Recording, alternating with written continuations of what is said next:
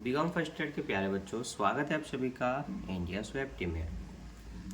काफ़ी दिनों के बाद वीडियो बनाने जा रहा हूँ मैं। दिवाली से पहले तक छुट्टी दे दिया था मैंने आप सभी को कि अभी मैं अपने घर की थोड़ी सुधरवाई मतलब टाइल्स वाइल्स लगवा रहा था, पुताई उताई सब, तो घर काफ़ी सुधार रहे थे हम लोग, तो इसलिए वीडियो नहीं बना पाया। इस दौरान बहुत सारे बच्चों का ये कमेंट्स आया कि फाइनल अकाउंट का ये क्वेश्चन सॉल्व करके दिखाइए, ये क्वेश्चन सॉल्व करके बताइए। तो कई बच्चों को पता ही नहीं कि हमने फाइनल अकाउंट जो आपका बीकॉम फर्स्ट ईयर का यूनिट 2 है, जिसके लिए हमने एक अलग से ही सेपरेट प्लेलिस्ट बना दी है। तो जिन बच्चों को नहीं पता वो बच्चे क्या करें, आपने यूट्यूब पे जाएं, कुछ इस तरह से, जो भी आपका यूट्यूब होगा। यहाँ जाने के बाद आपको यहाँ पर आकर के लिखना है OFT, मेरे चैनल का नाम, ठीक है, एकदम डिटेल से बता रहा हूँ। इसके बाद आपको क्या करना है, जो भी हमारा चैनल है उसको टैप करना है। यहाँ से आपको आना है प्लेलिस्ट पर। प्लेलिस्ट में जब आप आते हैं तो आपको ये ढूंढना है कि फाइनल अकाउंट कहाँ लिखा है। आप थोड़ा नीचे आएंगे तो आपको फाइनल अकाउंट दिखेगा, जिसमें अंतिम खाते स्पष्ट रूप से लिखा होगा, जो कि ये है, ये इस पर आपको टैप करना है। यहाँ पर आप जो भी वीडियो देखेंगे ये अंतिम खातों से रिलेटेड एग्जैक्ट आपके सामने बनाया हुआ क्वेश्चन है।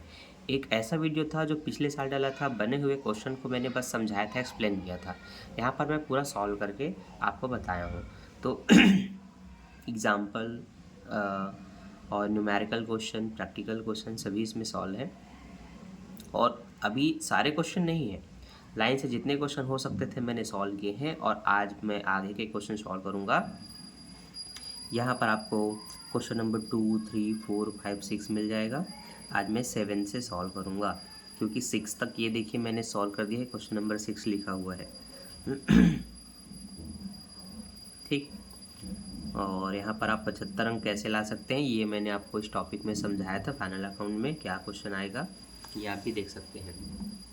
तो जैसे कि आप सभी को पता चल गया, क्वेश्चन नंबर 6 से बना है, और आपको फाइनल अकाउंट की इस प्लेलिस्ट में आकर के वीडियो देखनी है मेरे चैनल की।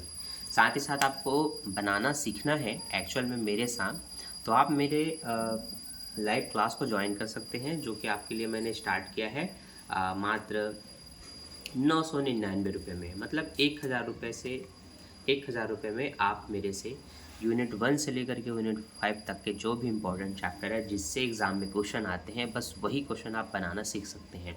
अगर आपके पास बहुत समय नहीं है, आप केवल 20 दिन, 25 दिन या 1 महीने का समय दे करके पूरा अकाउंट सीखना चाहते हैं, जिसमें आपके एग्ज़ाम में एक भी क्वेश्चन ना छूटे, तो आप 1000 रुपये पे करके मेरे से लाइव क्लास ले सकते हैं, जहाँ पर मैं आपको एक एक ठो स्टेप बाय स्टेप बनाना बताऊँगा, थ्योरी नियम समझाऊँगा, कैसे ये चैप्टर्स बनते हैं, इनके क्वेश्चन कैसे सॉल्व होंगे इत्यादि। ठीक है, जिन बच्चों को नंबर चाहिए 6261618289 पर मुझे व्हाट्सएप में मैसेज कर सकते हैं, और आगे की डिटेल आप उसमें से ले सकते हैं। चलिए, आज हम सॉल्व करने जा रहे हैं आपका क्वेश्चन नंबर 7, 8।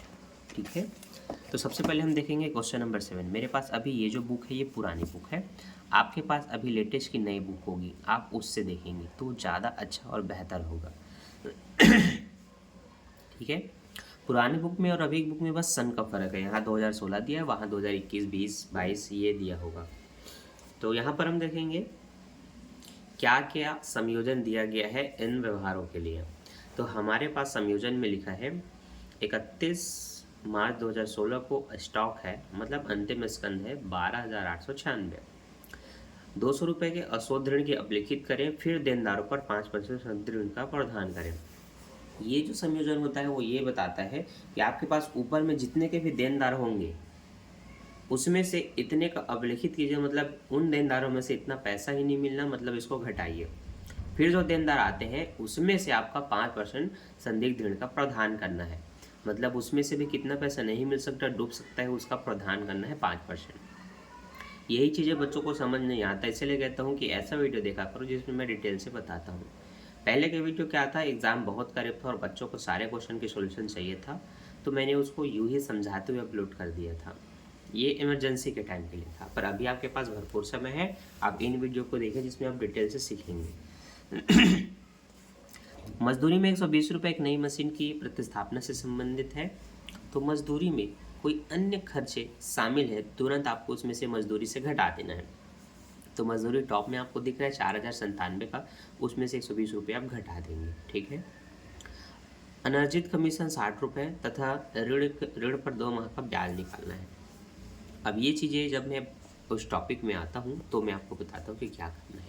सबसे पहले आप बनाएंगे व्यापार एवं लाभ हानि खाता, जिसमें व्यापार खाते में क्या क्या आता है मैं आपको क्रम से बताता हूँ। ये वीडियो इसीलिए इंपॉर्टेंट है, मैं आपको स्टेप बाय स्टेप बताता हूँ। व्यापार खाता सबसे पहले बनेगा, व्यापार लाभ हानि दोनों बनता है, पर सबसे पहले व्यापार खाता बनेगा, जिसका सबसे टॉप में आपको लिखना होता है प्रारंभिक स्कंद, ओपनिंग स्टॉक, जिसको 1 अप्रैल करके दिया जाएगा या स्पष्ट रूप से ओपनिंग स्टॉक या प्रारंभिक स्कंद लिखा रहेगा। तो प्रारंभिक स्कंद देखिए 8,968 रुपये का है। दूसरा आपको क्रय देखना है, क्रय मतलब परचेस, परचेस आपको दिया हुआ है, इसमें रिटर्न होता है माइनर, मतलब क्रय वापसी को घटाते हैं, तो क्रय वापसी दिया होगा, ये हमें ढूंढना पड़ेगा है कि नहीं। ठीक। फिर आपको देखना है विक्रय, जो कि समाकलन में लिखा जाता है, तो विक्रय दिया रहता है, विक्रय में ये बिक्री ही विक्रय मतलब सेल्स है, इसमें सेल्स रिटर्न मतलब विक्रय वापसी घटाएंगे। फिर मजदूरी देखनी होती है, क्रय पर भाड़ा देखना होता है, तो मजदूरी दिया हुआ है, मजदूरी पर संयोजन भी है, इसलिए आप इसको ऐसे लाइन कर लें ताकि आपको पता रहे कि इस पर एक संयोजन है। क्रय पर भाड़ा देख लेंगे, जो कि नहीं दिख रहा है तो बस अब आगे बढ़ेंगे। तो बस ये 2 ही 3 चीज़ें ही आपको देखनी होती है, उससे ज़्यादा नहीं। तो चलिए फटाक से हम क्या करते हैं, अपना एक कॉलम तैयार करते हैं, जिसके लिए हमें एक कॉपी, एक पेंसिल और एक पेन, इनकी ज़रूरत होगी। ठीक है। अब लो भैया, हमने स्केल को पता नहीं कहाँ रख दिया। तो अभी हम अपने कॉलम्स को तैयार करेंगे। तो सबसे पहले आप नामकरण कर सकते हैं, जो भी आप खाता बना रहे हैं। हम बनाने जा रहे हैं व्यापार एवं लाभ हानि खाता, तो हम लिखेंगे व्यापार व लाभ हानि खाता। इंग्लिश मीडियम के बच्चे जो इस वीडियो को देख रहे होंगे, आपको लिखना है प्रॉफिट एंड लॉस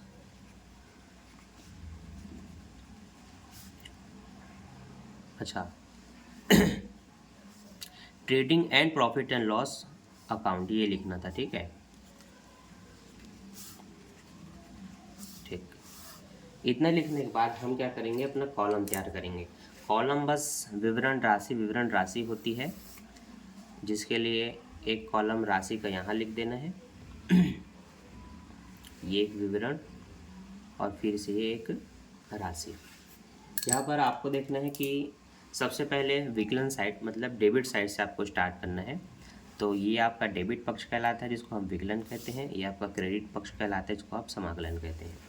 यहाँ पर हमें सबसे पहले लिखना है प्रारंभिक स्कंद को, ओपनिंग स्टॉक, जो कि मैंने बताया था 1 अप्रैल 2015 करके दिया है 8,968।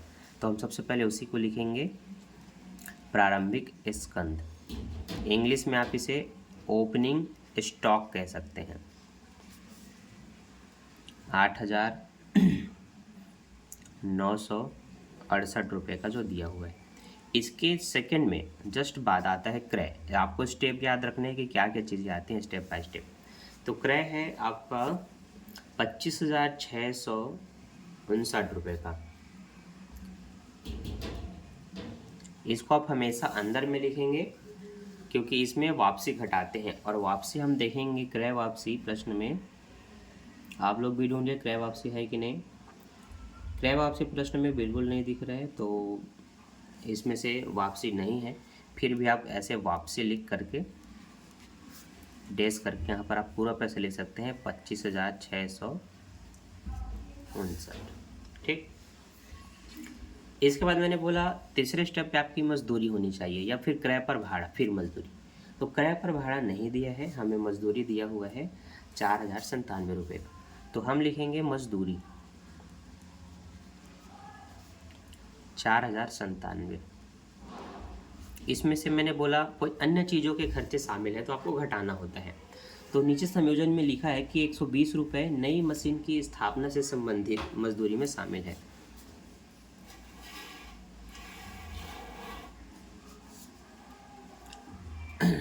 देखना करंट मार देगा। हट जा यहाँ से। तो अन्य व्यय अगर शामिल होते हैं तो आपको घटा देना है, जो कि है 120 रुपये। तो यहाँ पर हम 120 रुपये यहाँ पर माइनस कर रहे हैं। तो 7 का यहाँ पर 7 बचेगा, 9 में 2 जाएगा, यहाँ भी 7 बचेगा। अभी 0 में नहीं घट सकता तो 10 में घटाएंगे, 9 बचेगा, और ये 3 का 3, 39, 3977 ये हमने लिख दिया। ठीक, इसके बाद हम देखेंगे अब विक्रय कितना है, जिसको हम यहाँ लिखते हैं। तो विक्रय को आप सेल्स बोलते हैं, है ना। सेल्स आपको देखना है कितने का है, तो वो है 35,643 का।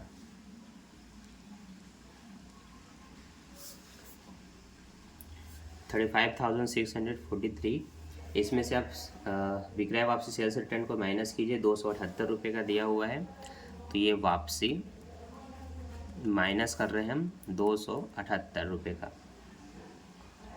जब इसको माइनस करेंगे तो हम देखेंगे कितना है, तो ऐसे लाइन खींच के यहाँ लिखते हैं। 13 में 8 जाएगा 5,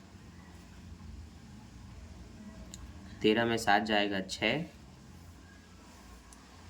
और 5 में 2 जाएगा 3, 5 का 5, 3 का 3, 35,365। आगे हमें देखना होता है अंतिम स्कंध, जो इसके जस्ट बाद आता है। तो अंतिम स्कंध हमेशा दिया रहता है।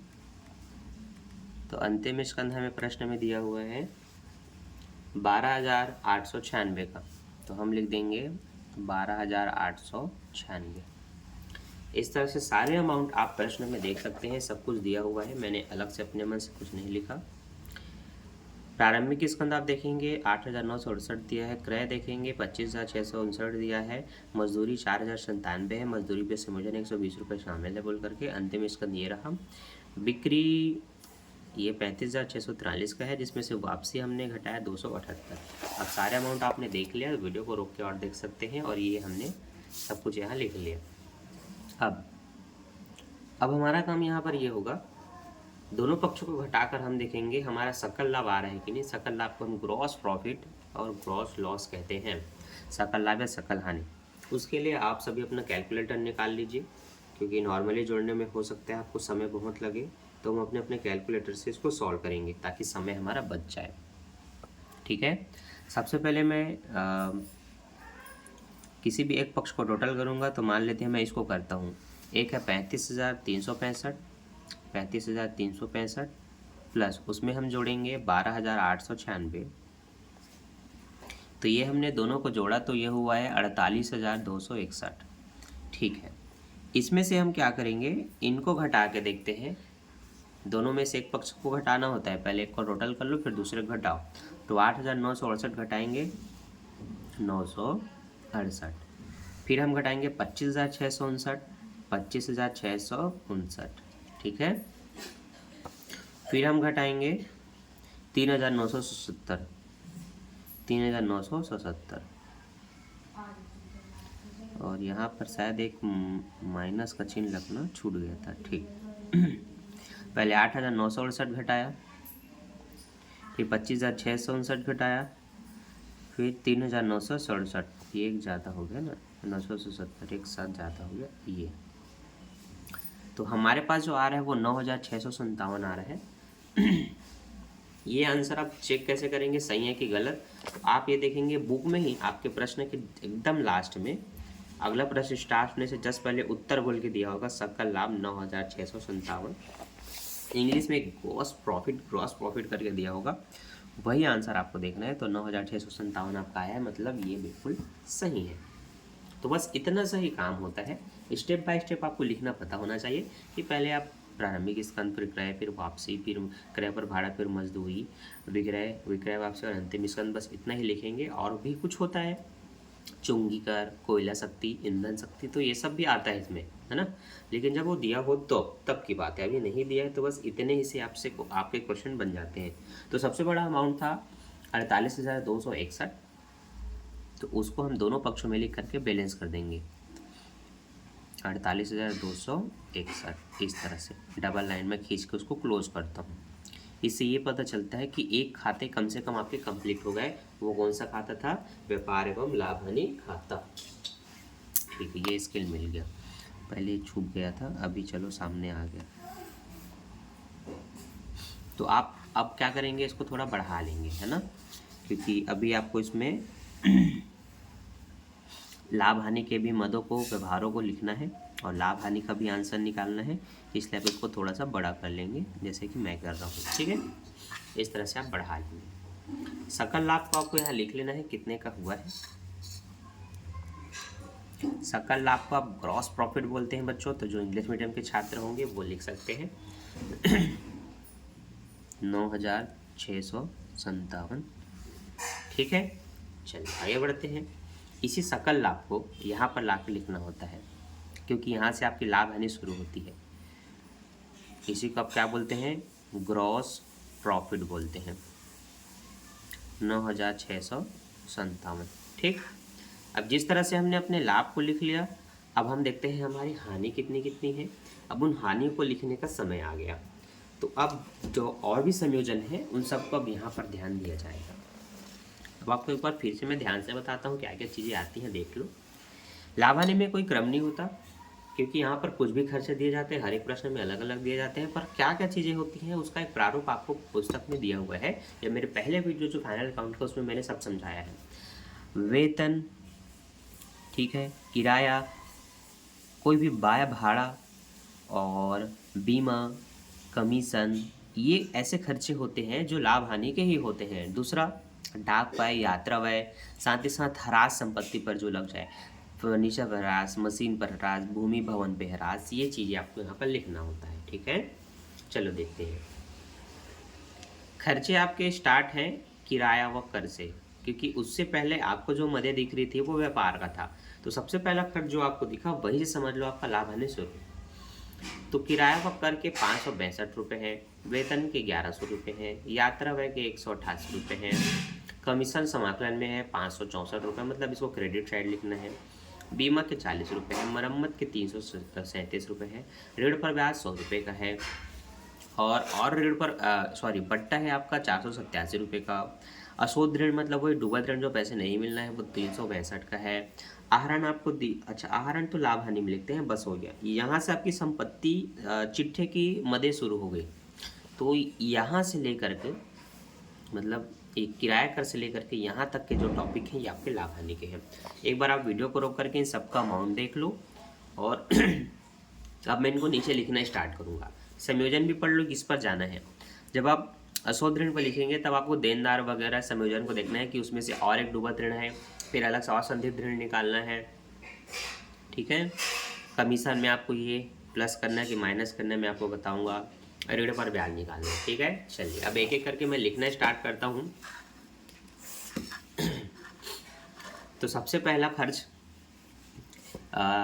किराया व कर का है, रेंट एंड टैक्स 565 रुपये। किराया कर पे कोई संयोजन है क्या? आप एक बार नीचे पढ़ लो, किराया कर पे कोई संयोजन नहीं है, तो आप लिख देंगे यहाँ पर किराया व कर।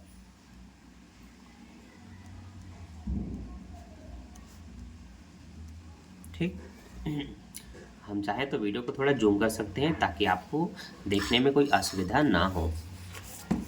ठीक है, तो किराया व कर, रेंट एंड टैक्स आपको दिया हुआ है 565 रुपये का, आप लिख देंगे। फिर अब वेतन 1100 रुपये का, वेतन को ही आप सैलरी बोलते हैं प्यारे बच्चों, तो आप वो देख करके लिखेंगे इसको। तो 1100 रुपये का दिया है, इस पर संयोजन होता है लेकिन इसमें नहीं है शायद, हाँ इसमें नहीं है पर होता है, तो इसका अमाउंट सावधानी से आपको यहाँ लिखना होता है, फिर घटा करके जो भी जोड़े हटा के आएगा उसको लिखना होता है ना, पर अभी बिल्कुल नहीं है इसलिए मैं ऐसे लिख के आगे बढ़ रहा हूँ। इसके बाद हमें देखना है यात्रा व्यय। यात्रा व्यय है कितने का? यात्रा व्यय है 188 रुपये का, तो ये हमने लिखा यात्रा व्यय 188 रुपये। ठीक है, इसके बाद हम देखेंगे कमीशन। कमीशन कितने के हैं? तो कमीशन है आपका 564 रुपये का, जो कि मैंने बोला यहाँ आएगा।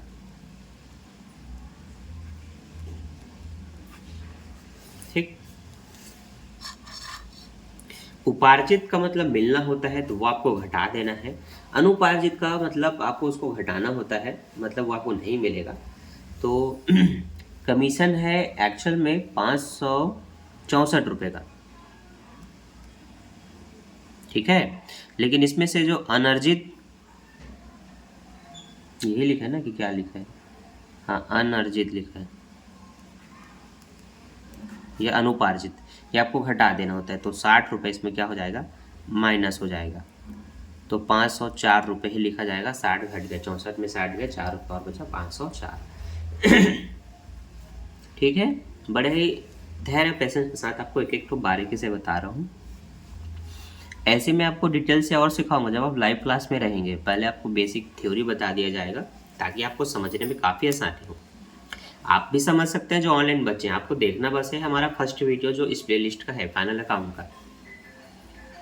इसके बाद आपको बीमा दिखाई दे रहा है 40 रुपये का, तो मैं लिख दूंगा बीमा। ओह सॉरी, बीमा यहाँ लिखते हैं क्योंकि वो एक व्यय है, ठीक है। तो ये लिखा मैंने बीमा। बीमा पर कोई संयोजन में देख लेता हूँ नीचे, नहीं बीमे पर तो कोई भी संयोजन नहीं है, तो मैं 40 रुपये को उठा कर सीधे यहाँ लिख दूंगा बीमा का 40 रुपये। फिर है मरम्मत का 337 रुपये, उस पर भी कोई संयोजन नहीं है, तो 337 रुपये मैंने लिख दिया मरम्मत, ठीक। ऋण पर ब्याज, ऋण पर ब्याज कितना है, तो ऋण पर ब्याज आपको प्रश्न में दिया है 100 रुपये का, लेकिन आपको नीचे निकालना है 2 माह का ऋण पर ब्याज निकालना है प्यारे बच्चों। तो देखो ऋण आपको दिया है, अब आप आपने अपने पुस्तक में देखिए लोन एट 6% करके आपको 2000 का दिया होगा। कितने का दिया है, 2000 का। तो उसकी कार्यविधि होती है जो मैं आपको बताता हूँ कि कैसे लिखना है। आपने अपने कैलकुलेटर को निकालिए, ठीक है। कैलकुलेटर जब आपका निकल जाए तो आपको लिखना है 2000 गुणित 6% बोला है तो 6% को दबाइए, ये रहा प्रतिशत, और फिर इंटू कीजिए उसमें 6 माह का बोला है ना, 2 माह का, तो आपको लिखना है 2 और भागित में लिख देना है 12। इस तरह से जो आपका आता है उसको आपको लिखना है, ठीक है। और एक्चुअल में निकालना कैसे है वो भी मैं बता दूँ, है ना, ताकि आपका समय ज़्यादा नष्ट ना हो। देखो 2000 के ऋण पर 6% की दर से 2 माह का ब्याज निकालना है। ऋण खाता, हाँ 2000 का दिखा रहा है ऋण खाता, जिस पर 2 माह का ब्याज निकालना है, ठीक है। ये लिखना है आपको, ऋण की राशि परसेंट मतलब दर गुणित महीनों की संख्या, 6 कम 6, 6 दूनी 12, 2 से को 2 कट गया, 2 जीरो से 2 जीरो कट गए, 20 रुपये निकला है। कितना रुपये निकला है, 20 रुपये। तो ये आपको उसमें लिखना है, इसमें जोड़ देना है आदत या उपार्जित बोल के, क्योंकि इतना आपको और देना है उसमें, ठीक है। उपार्जित बोल के आप लिख लेंगे 20 रुपये, कुल मिला के 120 रुपये ऋण पर ब्याज आपको लिखना है, ठीक। इसके बाद इसमें दिया है डेबिट साइड आपको डिस्काउंट 487 रुपये का। डिस्काउंट मतलब बट्टा 487 रुपये, ठीक है। अभी हम क्या करेंगे, इस कॉलम को थोड़ा सा और बढ़ाएंगे क्योंकि और भी व्यवहार इसमें आ रहे हैं जिनको इसमें शामिल करना जरूरी है। तो अब जो मैं लिखने जा रहा हूँ वो है आपका अशुद्ध ऋण, जो कि बहुत ही मुख्य और इम्पोर्टेंट टॉपिक है। यहीं पर बच्चे गलती कर देते हैं। अशुद्ध ऋण है आपका 362, ठीक है। इसमें जुड़ता है नया डूबत ऋण, ठीक है। वो प्लस जोड़ा बोल के आप लिख सकते हैं या ऐड बोल के, है ना। तो इसमें 200 रुपये आप लिखित कीजिए, नीचे लिखा है उस 200 को जोड़ दो जो संयोजन में लिखा है 200 रुपये, है ना, एडजस्टमेंट में ये वाला, ये देख लो भैया, बाद में रोना नहीं। कहाँ से आ गया सर, ये अशुद्ध ऋण के 200 रुपये आप लिखित कीजिए, फिर 5% भी निकालिए बोला है, तो ये 200 रुपये वहाँ से आया। अब देख लो आपके डेबिटर्स कितने के हैं, देखो आपके देनदार हैं 6200 के। आप देख लो ध्यान से, तो 6200 में से 200 रुपये अपलिखित करना मतलब इतना पैसा नहीं मिल रहा है। तो अब आपको घटाने के बाद कितना पता चला, 6000 के देनदार है, जिसका आपको 5% निकालना है। यही मैंने सबसे शुरू में समझाया था। जितने के देनदार होते हैं उसमें से जितना अपलिखित करने को बोले वो पहले आप घटा दो, फिर पता चलेगा एक्चुअल में है देनदार कितने के। जिसका संदिग्ध ऋण और निकालने को बोला तो फिर आप 5% निकाल दो, या जितना भी बोला है। 6 पंचे 30, 1 जीरो बचा, मतलब 300 रुपये आपको और नहीं मिलना। तो ये एक और डूबत ऋण मिल गया, संदिग्ध ऋण बोल के इसको आपको लिख लेना है ना, बैड डेबिट्स करके आपको लिख लेना है ना, 300 रुपये। तो अब मिला करके कुल कितने हो गए, 300, 300, 600, 862 हो गए। तो यहाँ पर आपको 865 रुपये लिख देना है, ठीक है। इसके बाद अब कुछ नहीं, अब तो बाकी चीज़ें जो हैं वो संयोजन चिट्ठे के हैं। अब हम इनको भी जोड़ घटाव करके देखेंगे। इसके लिए मैं आपका फिर से कहूँगा, अपना कैलकुलेटर आप निकालिए और अपना जोड़ घटाव शुरू कीजिए, ठीक है। तो 657 प्लस 504, ठीक। ये मैंने समाकलन के दोनों अमाउंट को जोड़ा तो 10,161 आ रहा है। इसमें से मैं घटाऊंगा इनको लाइन से। पहले मैं घटा रहा हूँ बच्चों 562, ठीक है। फिर मैं घटा रहा हूँ 1100 रुपये, फिर मैं घटा रहा हूँ 188 रुपये, फिर मैं घटा रहा हूँ 40 रुपये, अब मैं घटाऊँगा 337 रुपये, फिर मैं घटा रहा हूँ 120 रुपये, फिर मैं घटाऊँगा 487 रुपये, इसके बाद है आपका 862 रुपये।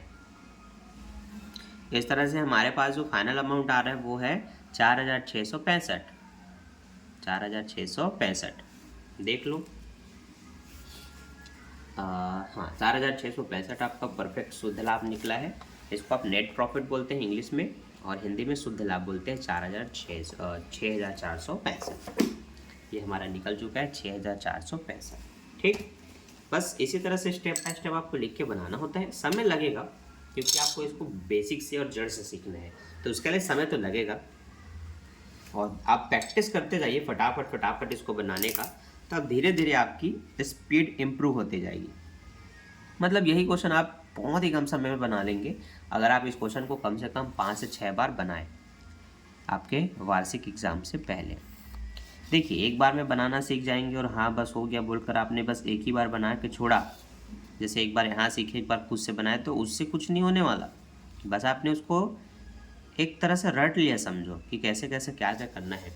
आपके अंदर उसके लिए अनुभव कैसे आएगा जब आप उसको आप बार बार वही काम करेंगे। तो आप 10 बार बना लो, फिर आँख मूंद के आप इस क्वेश्चन को खुद ब खुद बना सकते हैं। इसमें एक बेहतरीन सी गति आपको मिल जाएगी, स्पीड मिल जाएगा। अब यहाँ पर हमने देखा हमारा जो शुद्ध लाभ निकला, जिसको आप नेट प्रॉफिट बोलते हैं, वो निकला 6465, और जो नेट अमाउंट आया था वो आपका इन दोनों को जोड़ने से 10,100 कितना तो आया था, ठीक है। चलो मैं जोड़ देता हूँ, 9,657 प्लस 504, हाँ 10,161 आया था।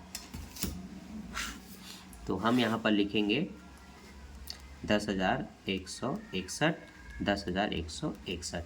इस अमाउंट से हम पूरे इस खाते को ही क्लोज कर देंगे। तो ये पूरा का पूरा हमने तैयार कर लिया हमारा व्यापार एवं लाभ हानि खाता, trade and profit and loss account, है ना। तो इसमें हमने पूरा व्यापार के मदों को पहले लिखा, फिर हमने पूरे लाभ हानि के व्यवहारों को लिखा, और इस तरह से हमने अपना लाभ हानि खाता कंप्लीट किया। अब जो बचा वो है आपका चिट्ठा। क्या बचा बच्चों? चिट्ठा बचा। चिट्ठा हम इसके बैक में बना लेते हैं।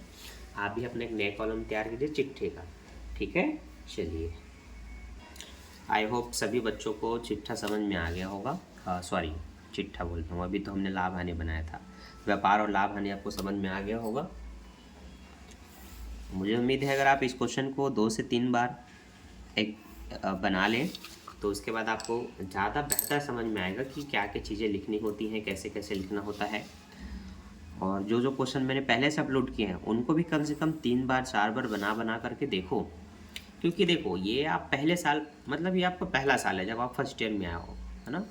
इससे पहले भी ये चैप्टर पढ़े हो, लेकिन बहुत सारे बच्चे पढ़े ही नहीं है, क्योंकि जो नॉन कॉमर्स स्टूडेंट होते हैं, जो साइंस वगैरह मैथ्स में होते हैं, वो आते हैं तो उनको तो बिल्कुल नया है, उनको तो 5 बार से ज़्यादा इस क्वेश्चन को बनाना चाहिए। ठीक है, ये एक छोटी सी सलाह है ताकि हर बच्चों से अकाउंट के क्वेश्चन बनने लगे। अकाउंट कठिन नहीं है, बशर्ते आपने इसके नियम शुरू से नहीं समझा या वीडियो को आपने फर्स्ट से नहीं देखा जो आपको ज़रूरी था देखना, तो इसीलिए चीज़ें समझ नहीं आती। तो मैं फिर से कहूँगा, आपको सबसे पहला वीडियो ज़रूर देखना है जो कि आपको यहाँ टॉप में मिलता है फाइनल अकाउंट के प्लेलिस्ट में, ये सबसे पहला वीडियो। ठीक है, यहाँ से वीडियो लाइन से देखो और देखो समझो। ये है आपका चिट्ठा। चिट्ठा का एक पक्ष कहलाता है दायित्व, दूसरा कहलाता है संपत्ति। इंग्लिश में बोले तो लिबालिटीज और एसेस्ट। ठीक है, और ये आपका अमाउंट के कॉलम। दायित्व में बहुत कम ही टॉपिक होती है। क्या क्या होता है दायित्व? देवी पत्र, लेनदार, पूंजी, ऋण, अदत्त राशि, ये आपके दायित्व होते हैं। संपत्ति में बहुत कुछ होता है, भूमि, भवन, मशीन, यंत्र, कोई भी सामग्री, अंतिम स्कंद, और उन संपत्तियों पर क्या बोलते हैं, पूर्वदत्त जो भी पैसा होता है वो चीज़ें आपको यहाँ आता है। ख्याति वगैरह है, रोकड़ वगैरह है, बैंक है, बहुत सारी चीज़ें आती हैं। अब आपको एक एक करके देखना है कहाँ से आपकी संपत्ति स्टार्ट हुई थी आपके प्रश्न में। तो प्रश्न में आहरण से मैंने काउंट करना छोड़ दिया था। आहरण क्या होता है, पूंजी में पहले शुद्ध लाभ जुड़ता है, फिर आहरण को घटाते हैं। तो आहरण घटने की चीज़ है जो पूंजी में घटेगी। प्राप्य बिल आपकी संपत्ति है, BR लिखा रहता है इंग्लिश में शॉर्ट में। प्लांट और मशीन ये भी आपकी संपत्ति है, देनदार भी संपत्ति है, रोकड़ भी, बैंक भी। तो इन सारी संपत्तियों को चलो लिखना स्टार्ट करते हैं। सबसे पहले मैं पूंजी को देखूंगा कितना है। मैं दायित्व से हमेशा स्टार्ट करता हूँ। तो पूंजी प्रश्न में दिया हुआ है 11,940 रुपये। तो मैं लिखूंगा पूंजी मतलब कैपिटल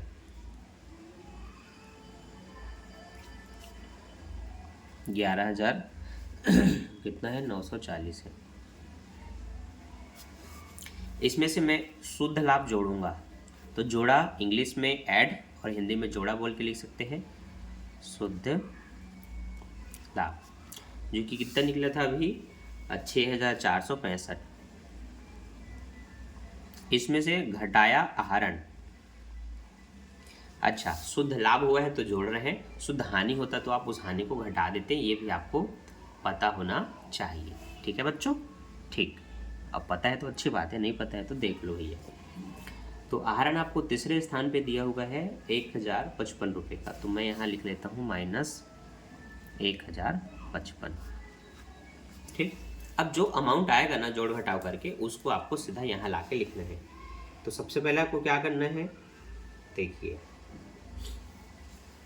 सबसे पहला काम है 11,940 में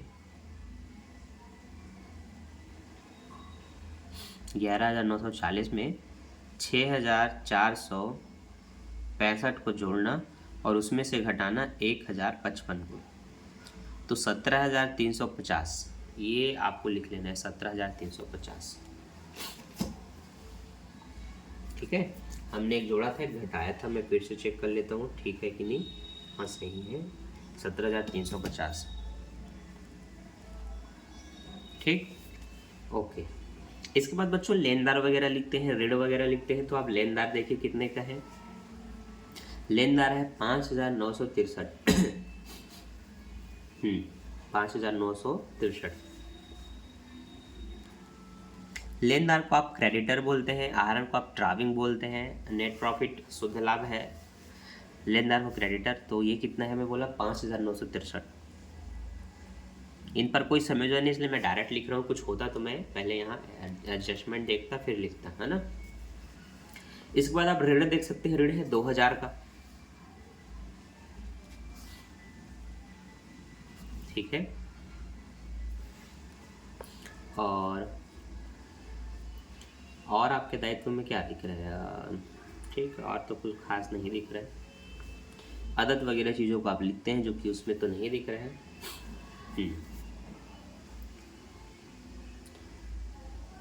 ऋण पर ब्याज को उपार्जित थे जो आपने निकाला था उसकी ज़रूरत पड़ेगी। ठीक, तो उसको मैं देखता हूँ इसमें जोड़ के। देखिए, आपको चिट्ठा बनाते समय दोनों पक्षों को लिखने के बाद आंसर लाने की जरूरत नहीं है। आप एक पक्ष को जब पूरा लिख लेते हैं तो आप जोड़ के देखेंगे। बुक में दिया हुआ है आंसर 25,393 आना चाहिए, है ना। तो मैं पहले 17,350 उसमें जोड़ता हूँ 5,963, फिर उसमें जोड़ता हूँ 2,000 रुपये और देखता हूँ कितना आया। तो 25,393 आंसर दिया हुआ है और मेरे पास आ रहा है 313, है ना। मतलब कुछ चीज़ें और है जो लिखना बाकी है। तो देखते हैं क्या क्या चीज़ें हैं।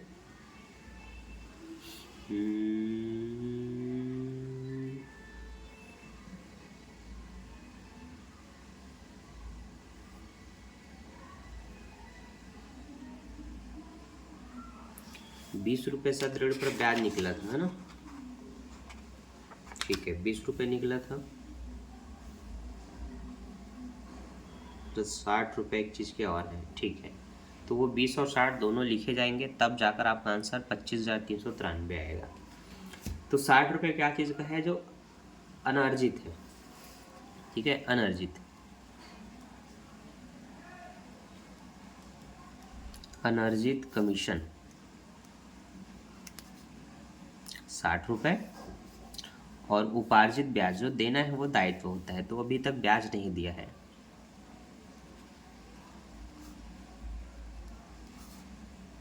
₹20, ठीक। अब हमने जोड़ा तो 25,393 आ गया जो बुक में दिया हुआ है। तो ये आप नीचे में लिख लेंगे 25,393, और ये आपने क्लोज कर लिया। अब बस आपको संपत्तियों को लाइन से यहाँ लिख करके चेक करना है कि आपका आंसर इधर आता है कि नहीं। ठीक है, चलो अब हम अपनी सारी संपत्तियों को देखेंगे।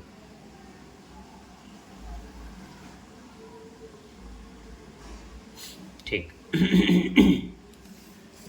सबसे पहले बच्चों संपत्ति के रूप में मैं लिखता हूँ रोकड़ और बैंक को। रोकड़ और बैंक दिया है 53 और 1897।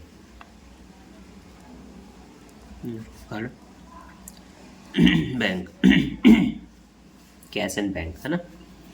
तो कितना दिया है? कहाँ गया? हाँ, एक 53, एक है 1897। ठीक। ये लिखने के बाद अब आप कोई भी संपत्ति लाइन से यहाँ लिख सकते हैं। तो सबसे पहले संपत्ति मुझे प्राप्य बिल के रूप में दिख रहा है 950, तो मैं लिखूंगा प्राप्य बिल। सबसे पहले रोकड़ होना चाहिए, ये आपको पता होना चाहिए। उसके बाद आप जो भी चीज़ें लाइन से लिख लो। तो ऊपर से लिख रहा हूँ मैं, तो प्राप्य बिल सबसे पहले है 950 रुपये का। ठीक है, ये 9 है, याद रहे ये 9 है। आगे उसके बाद है आपका मशीन, प्लांट और मशीन 2880। प्लांट व मशीन 2880। देनदार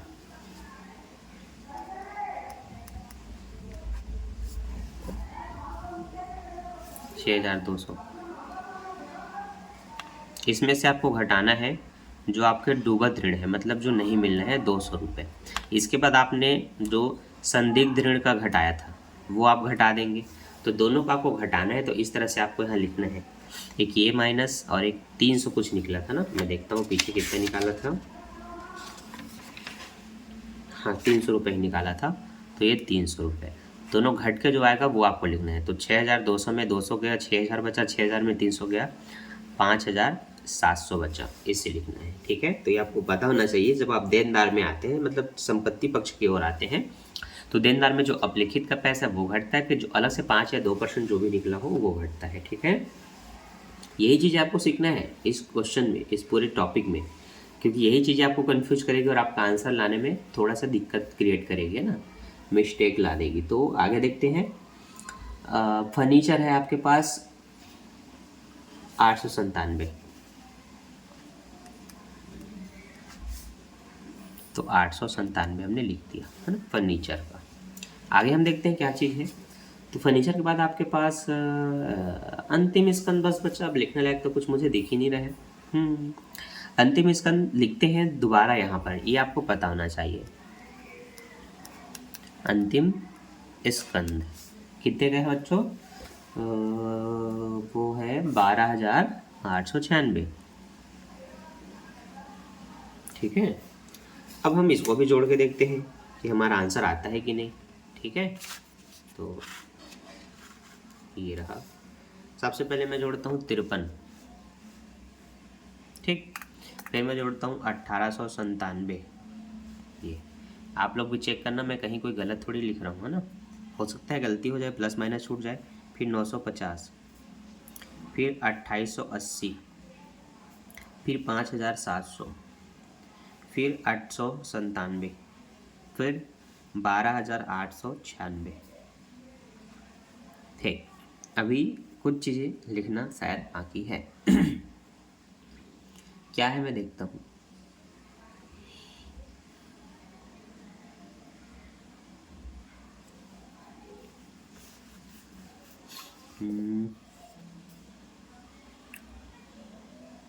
प्राप्य बिल 950 लिख गया, प्लांट मशीन लिखा गया, देनदार लिखा गया, रोकड़ लिखा गया, फर्नीचर लिखा गया, बैंक लिखा गया।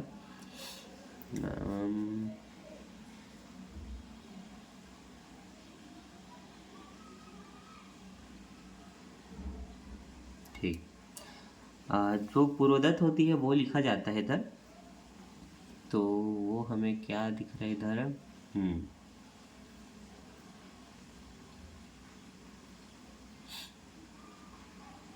ऐसे तो कुछ खास नहीं दिख रहा है।